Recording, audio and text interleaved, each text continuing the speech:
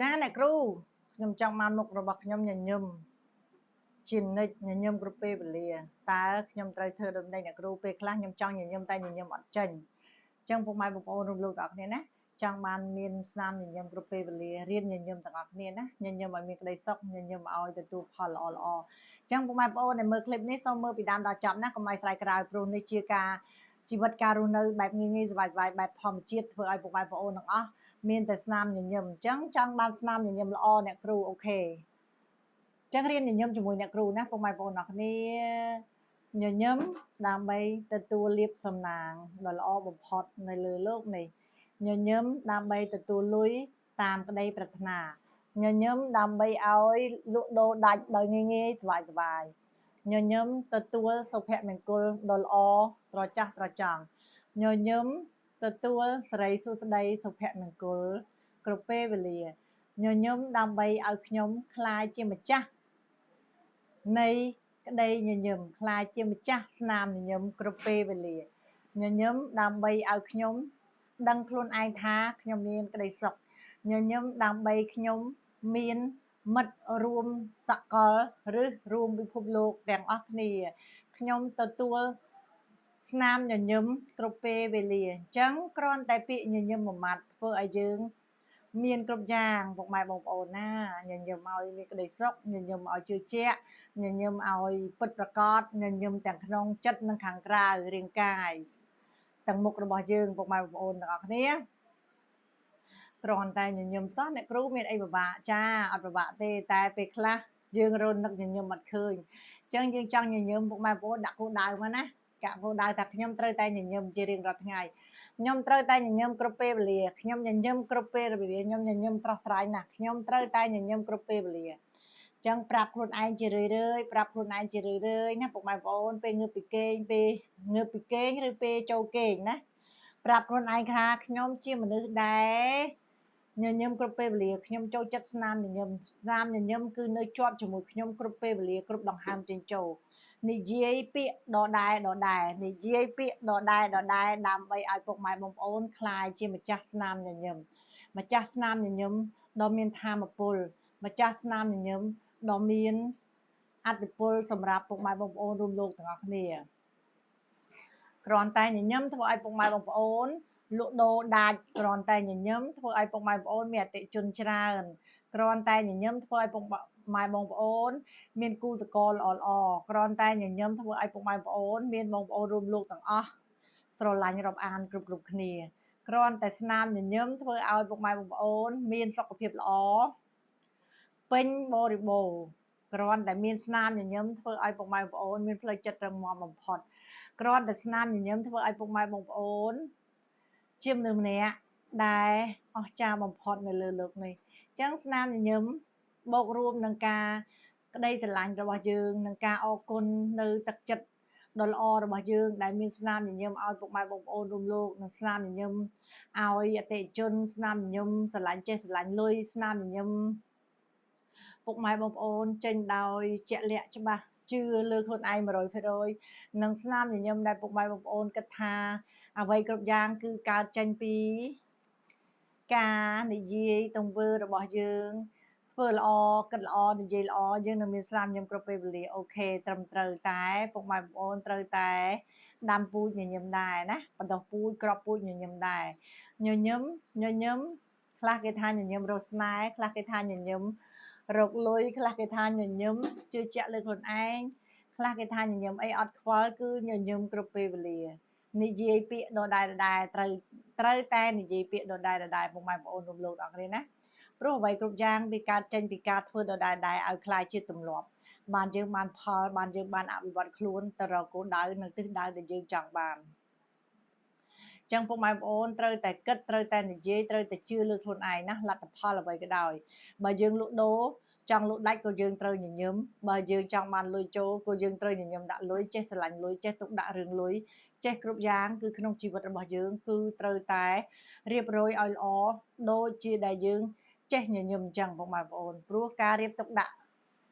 មិនថាទុកដាក់អ្វីទេពុកម៉ែបងប្អូនណាប្រយ័ត្នលើខ្លួនឯងគិតថា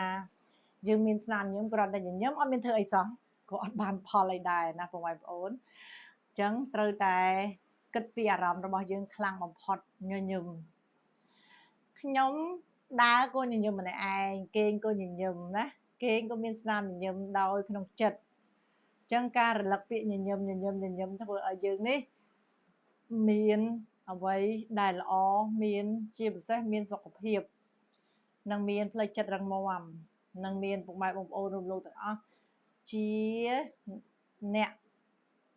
គិតថាយើងនេះជាមនុស្សម្នាក់ស្រស់ស្រាយល្អបំផុតតែយើងក៏ត្រូវតែជឿជាក់លើខ្លួនឯងនិងស្រស់ស្រាយបំផុតដែរ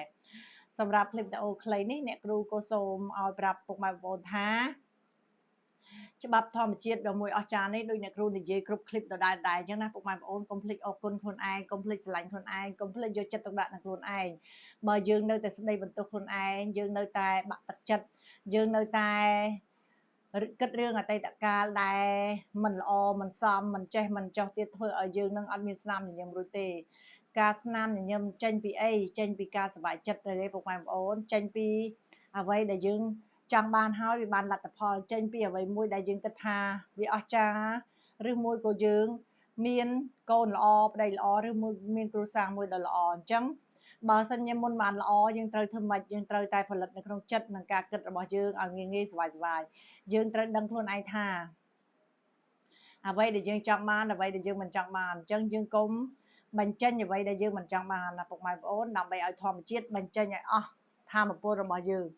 មិនមែនយើងអត់ចង់បានហើយយើងចេះតែនិយាយទេណាពុកម៉ែបងប្អូននិយាយឲ្យធ្វើអនុវត្តនិយាយឲ្យធ្វើអនុវត្តហើយយើងនឹងបានរាងកាយមួយដ៏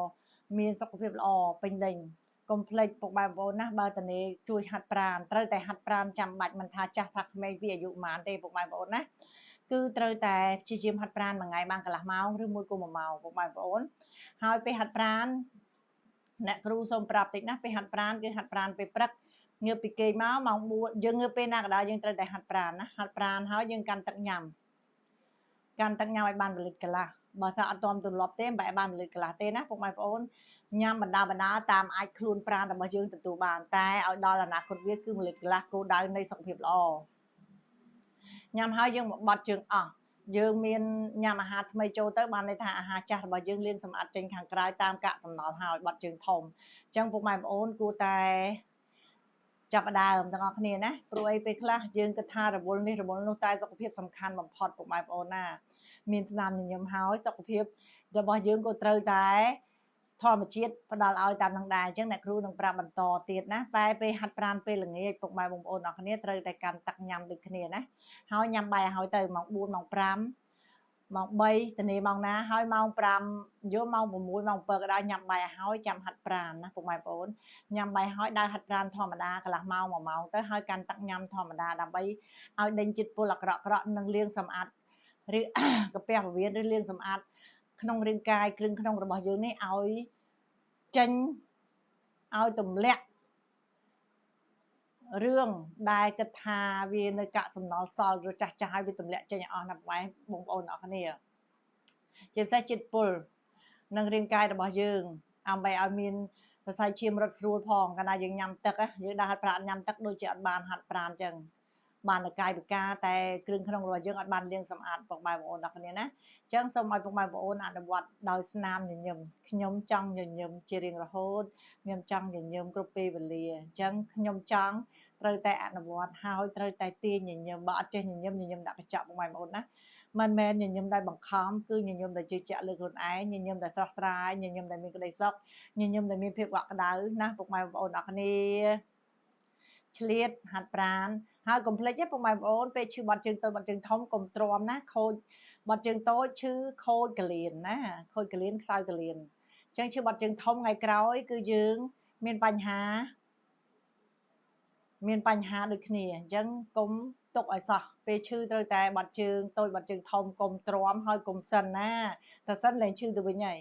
អញ្ចឹងវាអត់ល្អសម្រាប់សុខភាពរបស់យើងទេអញ្ចឹងសូមឲ្យពុកម៉ែបងប្អូនអរគ្នាទោះជារវល់យ៉ាងណាកុំឲ្យភ្លេចស្នាមញញឹមនិងសុខភាពល្អថែសុខភាពទាំងអស់គ្នាដើម្បីឲ្យយើង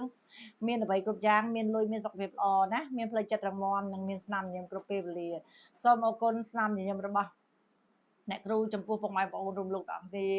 ម្ចាស់ផែនដីសិលសុភាពសូមឲ្យពុកម៉ែបងប្អូនមានស្នាមញញឹមគ្រប់ពេលវេលាទាំងអស់គ្នាឲ្យបានក្តីសុខគ្រប់ពេលវេលា